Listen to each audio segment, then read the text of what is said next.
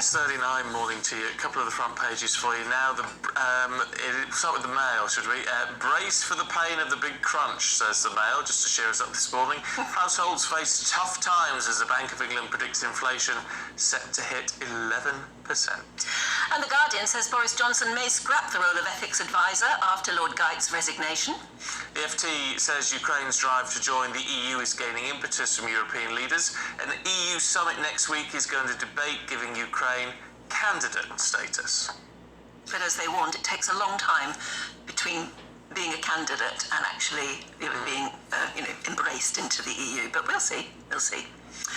Right, we're joined by Benjamin Butterworth this morning and former editor of the Daily Star, Dawn Neeson. A very good morning to you both. Now, what are we starting with? I should have a little list. Oh, Dawn. Oh, yes. The Mail and inflation. Sorry, I know. You can't avoid it this morning. Nice. Pretty much every single newspaper has an element of it on page one, and if not, they've got pages inside. It's not good news either. I've gone for the Daily Mail because it explains it in devastating detail on this gorgeous sunny day. Now, brace for pain of the big crunch is the headline. Not really in good news, is it? Rate rise to 1.25%, more to come. Shock 11% inflation warning, and none of this is good news. Just give myself a little crash course on economics this morning because it's really not my area of expertise. But evidently, the perfect level of inflation, and there is one, is around about 2%. Right. So the fact that it's going up to 11% is actually going to really hit us. And all the facts and figures are quite difficult to get your head round. But the one thing to focus on, I found this morning that really helped me understand it, is that your cost of your roast chicken or turkey dinner is going to cost an additional 17% by the end of 2022. So if you think of your Christmas dinner, the one that you had last Christmas, it's going to be a lot more expensive this year, and that's a basic fact that really hammers it home how expensive food bills are set to surge by £500 a year. And it's really scary stuff. And the basic drive on the food bill thing is the key ingredients and animal feed costs are all up. And Gove is now urging banks to raise interest rates, which should cool inflation as it encourages to save rather than spend. But that causes the cost of debt to rocket, so that's bad news for mortgages and borrowers. Yeah. I can't see anyone coming out of this. How have we thought of these things in the past? Because we do. Well, this is the thing. The interest rates have been low since the crash of 2008, and when they were dropped to encourage spending. I can't even remember what that was like then. No, I can't. I know. And you've got a few problems, because I think they're saying that they're not going to have any tax cuts for 2 years, and I think the idea behind that is that a tax cut would actually drive inflation up because it would cause more demand. It's actually a very interesting situation because obviously a lot of it is driven by a supply side problem, right? So there are things like Ukraine, so loads of the wheat can't get out of the country. You've got Russia and the oil. They're causing massive rises in all sorts of basic bills for a lot of people. But then on the flip side, it's being driven by demand, because actually we've got £200 billion more in savings than we did before the pandemic. There is a lot of people in this country who actually have more in the bank than they did a couple of years ago, and so things like holidays, hotels, restaurants, nice nights out, there is still the demand for the increased prices for that. So you've kind of got the worst of both worlds coming together. So we have to reduce demand to curb inflation. There are actually three types of inflation. There's demand pull, cost push, and built-in inflation. And what is this? Well, demand pull is there's not enough products or services are being produced to keep up with demand, therefore prices go up. Cost push is the cost of producing products and services rises, forcing businesses to raise their prices. And built-in inflation is pretty much what Benjamin's talking about. That is when workers demand higher wages to keep up with rising living costs, which in return causes business to raise their prices as well. Now, we seem to have all three of those going on at the moment. That was the thing. I couldn't identify which was actually causing it. Because that's the thing, maybe a third, maybe a bit more are going to struggle to pay for the basics. You've also got a prediction, though it's being messed up a little bit by the airports, that you'll have more people going on holiday this year than you did in the summer of 2019. I've seriously cancelled my idea of a holiday because I cannot face Gatwick Airport. I just can't face it. Yeah. Tell us about the strikes. Yeah, so the rail strikes that are coming up, there's Grant Shapps, the Transport Secretary, has sort of leaked to the newspaper a suggestion that he's going to change the law so people who aren't in demand in the rail network or temporary staff will cover the people who go on strike. So basically, while not making it illegal or preventing rail workers from going on strike, it would undermine the disruption that those strikes could have. Now, some people in the industry point out that if it's not in the contract of those workers in the first place, they can't be compelled to do it, and you can only imagine many of them may well feel a loyalty to their fellow rail workers and wouldn't commit to it. He's also said that if your service is cancelled, you'll automatically get a refund if you're on a season ticket. So that's apparently something that doesn't happen at the moment, but if it's cancelled from strikes, you'll get your money back. All this is happening next week as well. Yes, it feels exactly. like it's like right on top of us straight away, and parts of the country are going to be completely cut off. Meanwhile, how would you feel if you were Boris Johnson's ethics advisor? Would you be a candidate for the vacancy now? You know what? I didn't even know an ethics advisor was a thing. No, I didn't. No. Apparently, historically, there's always been one. Oh, yeah, I mean, it's ethics. I mean, it's close to Kent somewhere, isn't it? I mean, come on, it's an old joke. Come on, but we need some good news, don't we? Well, I was going to say Boris Johnson needs an ethics advisor like Macclesfield Town needs a trophy advisor. I mean, it's really not much demand for it, is it? Because he doesn't have any. My joke was better, by the way. But, yeah, absolutely. So you've got sort of like you've got Angela Rayner and Ed Davey saying that very thing. I mean, Boris Johnson has no ethics, sort of thing. Now, the reasons that the two ethics advisors have resigned recently is complicated. And is it Partygate? Is it not Partygate? Do you believe the reason they've given? I mean, it was something about exactly. It was very complex, but it's not Partygate. I'm sorry, it's not nothing to do with that. But so now Boris is saying that he's probably not going to replace Lord Getty, the recently resigned ethics advisor, and is considering rewriting the ministerial code. Right. Which doesn't sound very ethical, does it? Not necessarily. These things need to be updated. Of course they do. I mean, the ministerial code at the moment includes overarching duty for ministers to comply with the law. Well, you would have thought you needed a code for that, really. I mean, surely that's just the law. Yes.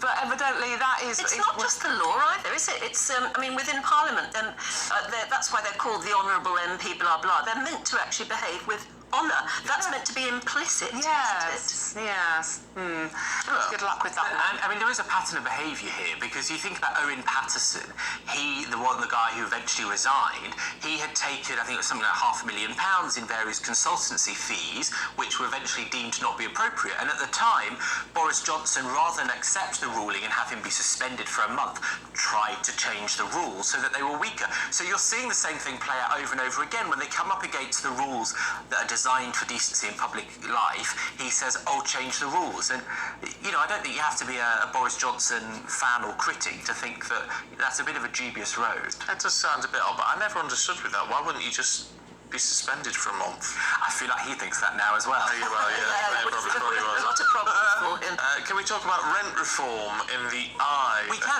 Now, this is actually, this will affect millions of people, including landlords, but the government has put forward a suggestion yesterday in Parliament that basically if the flat that you rent doesn't meet basic standards, then you can get your money back. Now, I think it will amaze a lot of people that that's not the law at the moment, but it's not. So, if somewhere isn't safe, and apparently 21% of rented accommodation doesn't meet sufficient health and safety standards. 21%? A fifth. And what happens right now is that you have something called a Section 21, which is a no-fault eviction. And what really happens is someone can say, there's terrible mould, the oven doesn't work, fairly basic things, and they can just kick you out. So this is designed to stop that, and I think it's beyond necessary. Is there a problem, though, for landlords? And you need a Section 21, don't you, if you decide you want to sell the property or something, so you can... I think it would be fair to say the rules should be a bit clearer than they are. Yeah. When a fifth of renters... And by the way, renting isn't some peripheral thing like maybe it was 40 years ago. And, my grandparents were buy-to-rent landlords, and they... when I was a kid, I was saying to Dawn before we came on air, I could have told you the names of the people that we rented to. They were extended family. And I think you've had a cultural shift in what is acceptable as renting, certainly in a big city like London, where landlords don't seem to care. However, this does sort of imply that all landlords are fat cat making money and abusive, and they're not. They're, you know, like your family, there's some very, very good landlords out there, and most of them, I think over 60% of them, don't have chains of property. They just have one property. You know, maybe they're two elderly people that got together later in life. They rent out one property while they move into the other one. I mean, you know, there are some very good landlords out there still, and this might, you know, the pets thing in particular. It's like, you know, you have the right to keep a pet in a rented property now, and the landlord can't say anything about it. Well, you don't. But I think you should paraphrasing slightly, but I think you should be allowed to, you know, because people can live in rented properties for all of their lives. Yes. It's normal on mainstream, you know, on the continental Europe. And actually, if you have to pay the money back if there's damage to the property, then why shouldn't that be the case? Then you can accept a dog or a cat, or, you know, pets that don't even cause trouble are still banned under this. You know, nothing even as dramatic as a dog. Yeah, no, it's a fair point. Thanks. Well, you're welcome. I don't say it very often to you, but I was going to say, it's so unusual. Stephen actually mentioned it. It's a fair point. Well done. No, I do think there's a lot to be. We should be highlighting the unscrupulous landlords. Of course. But we should be celebrating the good landlords. Yes, no, absolutely. Of which, Maybe that will increase, you know, more demand for the good ones and more better people. well, you hope so, don't you? And so many people are renting now, as Benjamin quite rightly pointed out. I mean, 2 points in one show, who knew? But I mean, it's like, you know, most people are renting. It's not like, you know, back in the day when, you know, people had mortgages and it was easy. I mean, ultimately, we should build more homes, Yes. so that it's a bit easier to buy places rather than you know, the millions who rent until they're into their late 30s. Yeah. Right. Well, a quick look at airport chaos, Dawn. Yes, This is a very sad story. It's an incredibly sad story, and it's the front page of the Sun today, and it's the headline is it says what it does on the tin: killed in airport chaos. And this is a horrific story of a disabled jet passenger who's become the first victim of Britain's travel chaos after falling to his death down an escalator at Gatwick Airport. I mean, he was because he's disabled. He was waiting for assistance to get off the plane. His wife also needed assistance, so she was escorted to the airport, but they didn't have anyone to come for him, so he was. And he got so fed up waiting for hours, I think, for this. So he attempted to sort of like disembark and get through the airport himself, and ended up falling down an escalator. And obviously, staff did everything they could to save him, but unfortunately, he passed away. This happened on Wednesday, and it is because of the chaos, because they are so short-staffed at the airport. Yeah, but EasyJet deny that, saying they only ever use one person to deal with these passengers. So they say their numbers weren't down. Yeah, to be fair, EasyJet have said that, but as we all know, and we were discussing just now, and that, you know, airports are in chaos at the moment, in particular big ones, Gatwick and Heathrow, really struggling. I was really wanting to get away just for a week or something somewhere, just somewhere hot, mind you, today. But I cannot face. No. I just can't face all that chaos at the airport. No. Because to me, that scars your whole holiday. If you Well, it starts off on a bad foot. I mean, I've got a very, very grumpy husband at the best of times, so starting your holiday with a grumpy husband at an airport for a few hours is really not good, is it? It's not a holiday. I have to say, though, I've been lucky enough to have 3 trips overseas this year, and I've had no problems at all. It has been absolutely fine. Which airports? I've used Stansted, Luton, and Gatwick.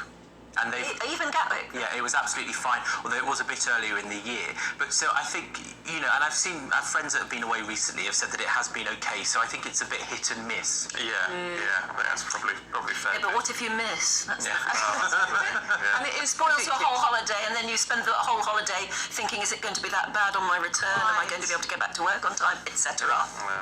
Look, we need to leave it there, you two. Dawn, Benjamin, we shall see you a little bit later on.